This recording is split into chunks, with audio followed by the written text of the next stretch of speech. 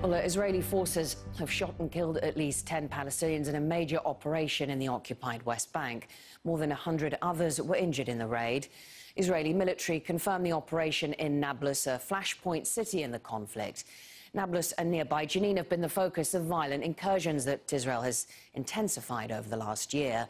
Israel said it was trying to detain Palestinians suspected of planning attacks and that its soldiers responded after they came under fire. This is now the second deadliest day for Palestinians in the occupied West Bank this year and brings the number of those killed by Israeli forces in 2023 to 61. Spokesperson for Palestinian President Mahmoud Abbas condemned the raid in Nablus and called for an end to the continued attacks against our people, he said. Al Jazeera's Nida Ibrahim has more now from the house that was raided in Nablus.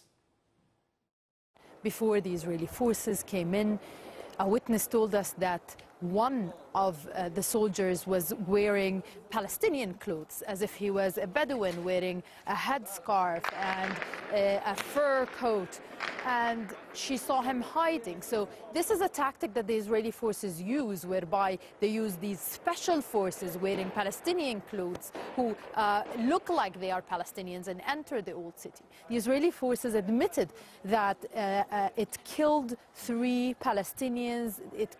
They call them suspects. They say they're accused of committing shootings against Israeli soldiers and Israeli targets. But we're talking about 10 Palestinians who were killed. And as you can hear, the gunshots of Palestinians, angry Palestinians who are laying the loved ones to rest. They say that Israel doesn't even respect those who are going about their daily lives. People were telling us that one of those who were killed, a 72-year-old, was going to buy bread from the market. The raid happened at 10 a.m., which is unusual for Israeli raids that usually happen in the early hours of the morning. So it's a tense situation here. People are mourning the death. And they say that Israel can do and get away with what it's getting away with because of impunity. Well, the Israeli military says its forces came under heavy fire during the raid. The government has been cracking down on what it calls terrorist groups in the occupied West Bank. Sarah Hayrat has more now from West Jerusalem.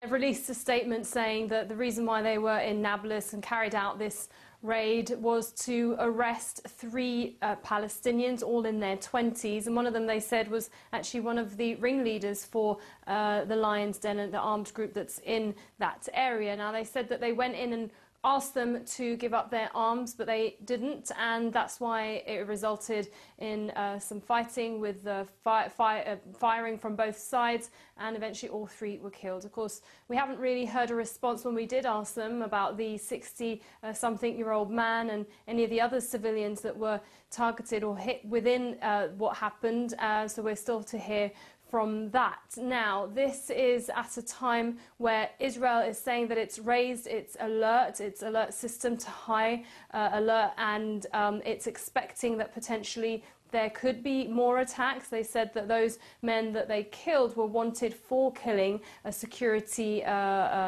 sergeant, back in October, and they said that they had planned further attacks. We've already had 3 that have been carried out by Palestinians targeting Israelis. Well, UN Secretary General Antonio Guterres has been speaking about this. He spoke about the escalation at the Security Council meeting in New York. He said the situation now in the occupied West Bank is at its most combustible for years. Deadly cycles of violence keep accelerating, tensions are sky high, and the peace process remains stalled. The situation in Jerusalem, Al-Quds, is becoming more fragile amidst provocations and acts of violence in and around the holy sites. It radiates instability across the region and beyond. The position of the United Nations is clear. The status of Jerusalem cannot be altered by unilateral actions.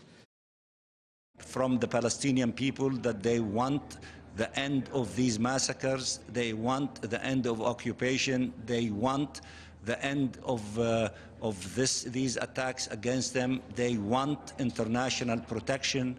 They want the implementation of Security Council resolutions and the report of the Secretary General, which was welcomed by the General Assembly in expanding existing mechanisms for protection.